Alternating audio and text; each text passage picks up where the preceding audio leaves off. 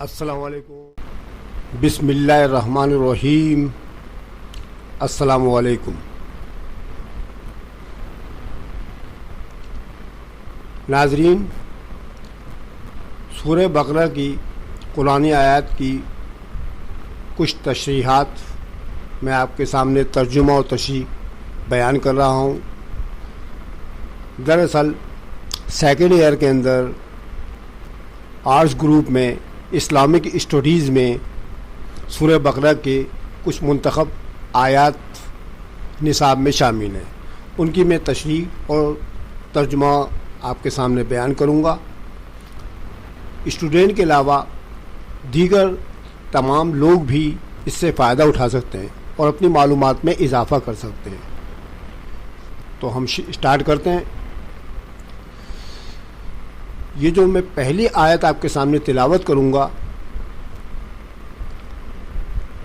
سورہ بقرہ کی آیت نمبر 12 ہے۔ اس کی میں تلاوت کر رہا ہوں۔ اعوذ باللہ من الشیطان الرجیم، بسم اللہ الرحمن الرحیم۔ وَإِذَا قِيلَ لَهُمْ لَا تُفْسِدُوا فِي الْأَرْضِ قَالُوا إِنَّمَا نَحْنُ مُصْلِحُونَ۔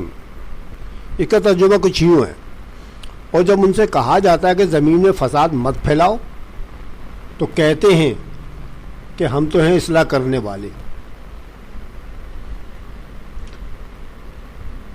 اب اس کی تشریح ان الفاظ میں کی جا سکتی ہے کہ مندرجہ بالا آیت سورہ بقرہ کی آیت نمبر 12 ہے۔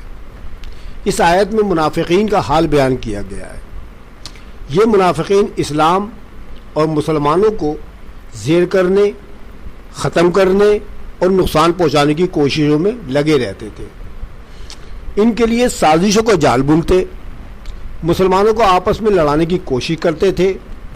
یہ اس طاق میں رہتے تھے کہ کب انہیں مسلمانوں کے درمیان پھوٹ ڈلوانے کا موقع ملتا ہے۔ عہد رسالت میں ایک انصار اور مہاجر کا کسی بات پر جھگڑا ہو گیا۔ انصار نے اپنے افراد کو بلایا جبکہ مہاجر اپنے افراد کو بلا لایا۔ اس دوران منافقوں کو سردار عبداللہ بن ابی وہاں پہنچ گیا اور انصار سے کہا کہ میں تو پہلے ہی تم سے کہتا تھا کہ ان مہاجرین کو منہ مت لگاؤ، یہ اتنا سر چڑھ گئے، اب انہیں بھگتو۔ اس کے فسادی جملوں کو اتنا اثر ہوا کہ دونوں طرف سے لوگوں میں تلواریں نکل گئیں، لیکن اس وقت حضرت محمد صلی اللہ علیہ وآلہ وسلم تشریف لے آئے اور آپ صلی اللہ علیہ وسلم نے انصار اور مہاجرین کو منع فرمایا۔ آپ صلی اللہ علیہ وسلم کے فرمانے سے دونوں مسلمان گروہ ایک دوسرے کے گلے ملے اور دورے جاہلیت کا سا عمل کرنے پر شرمندہ ہوئے۔ اللہ تعالیٰ اس آیت میں واضح کر رہا ہے کہ جب ان منافقین کو فساد پھیلانے سے روکا جاتا ہے تو یہ کہتے ہیں کہ ہم تو لوگوں کے درمیان اصلاح کرنے والے لوگ ہیں، ہمارا مقصد تو بہتری ہے، ہم تو امن چاہتے ہیں۔ دوسرا یہ کہ یہ لوگ شر اور فساد پھیلانے کا کام نیت اور ارادے سے نہیں کرتے بلکہ عادت سے مجبور ہو کر جھگڑا پھیلاتے ہیں۔ یہ منافقین بھی بڑے برے اعمال، چوری، ڈاکہ اور بدکاری وغیرہ سے بچتے تھے، اس لیے اپنے آپ کو مفسدین میں شمار ہی نہیں کرتے تھے، لیکن نفاق، کینہ، حسد اور سازشیں کرتے رہتے تھے جس سے عام افراد نقصان اٹھاتے تھے۔ یہاں فساد پھیلانے سے مراد کفر و شرک کا غلبہ ہے۔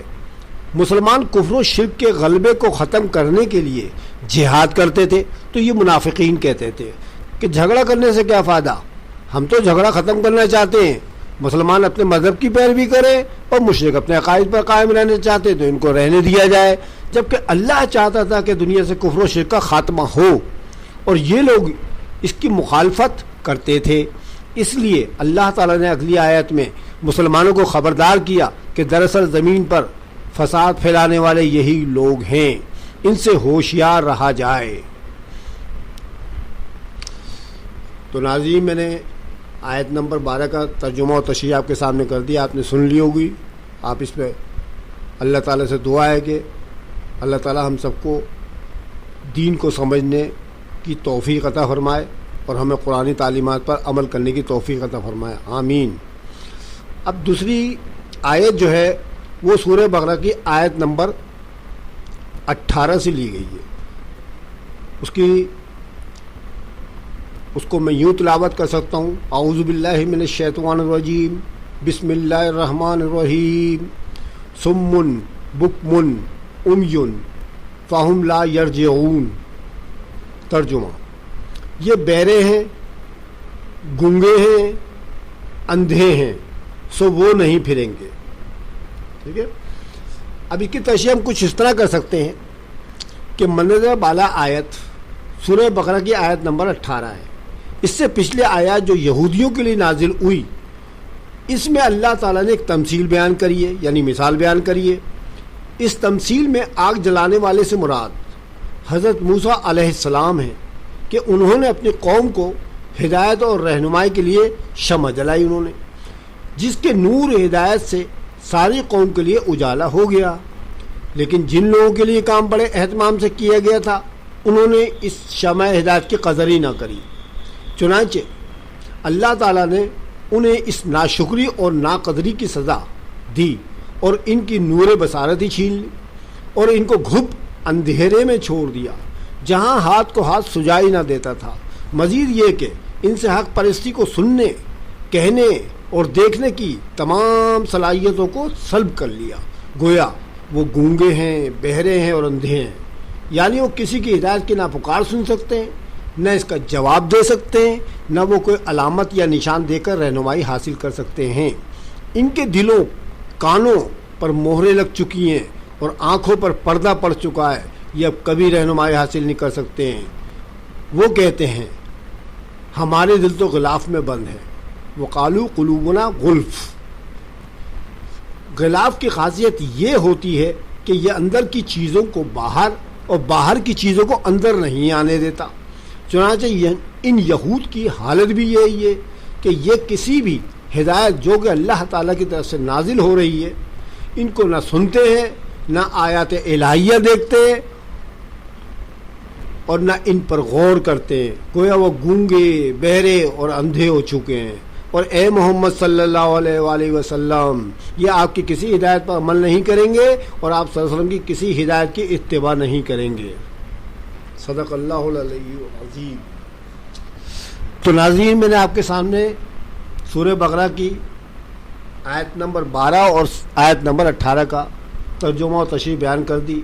اللہ تعالیٰ سے دعا ہے کہ اگر مجھ سے اس کی تلاوت میں، اس کے بیان کرنے میں کوئی غلطی کوتاہی ہو گئی ہو تو اللہ تعالیٰ مجھے معاف کرے، کیونکہ قرآن شریف ایک مقدس کتاب ہے.